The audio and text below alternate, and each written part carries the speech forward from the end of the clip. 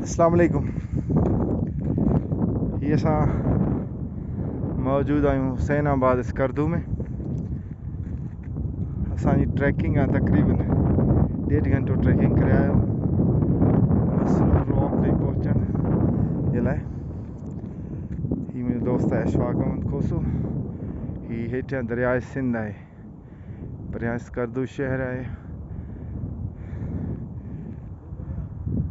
दरियाए सिंध हिते बि मौजूदु आहे। ही ॾिसी सघो था केॾी सख़्तु चढ़ाई आहे। असांखे ही हुन पहाड़ जे पार वञिणो आहे। 1.5 घंटो थी चुको आहे।